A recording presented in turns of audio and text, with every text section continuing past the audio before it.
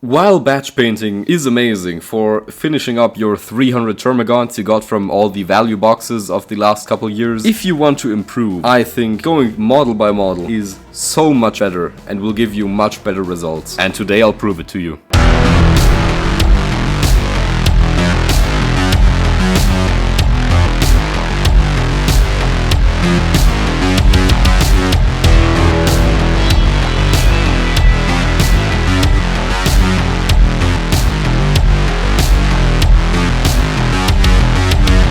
With the first Soul Brother done, I realized there were a couple of things that I didn't like too much about him, so I'll be changing them in the next one.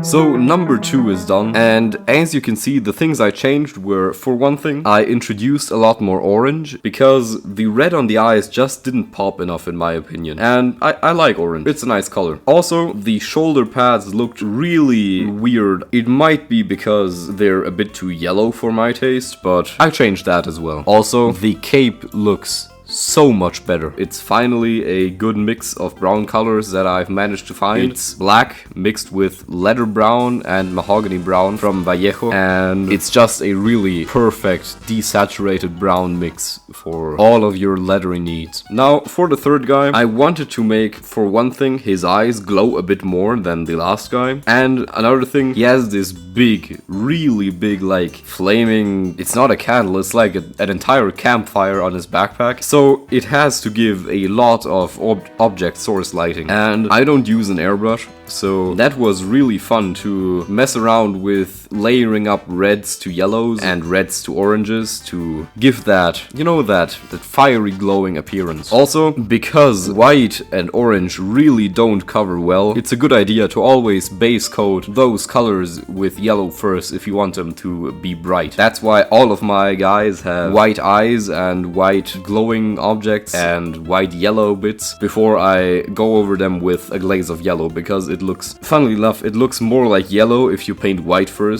instead of just painting yellow, but I'm yapping too much. Now for the second to last guy, I realized that the gray to white shoulder pads I really didn't like them too much, so I went back and painted them black, which is actually how it's done in the lore, but also I realized that the little rivets are so easy to paint if you just put a bit of black on there and then go over it with a bit of gray, and you're done. You don't have to highlight it, you don't need to worry about any messing up if you just put a bit of watered down black down before, so that's a good thing. As for the last guy, the leader, I just took all of the elements that I learned from the last couple ones and unified them all in this guy, and I gave him a brighter mask to show that he's like the special guy, you know. Lastly, I didn't paint the bases, and I didn't paint the weapons, and I didn't finish a lot of the models. That's because those are all future videos in the making, or more likely I'm just lazy, but whatever.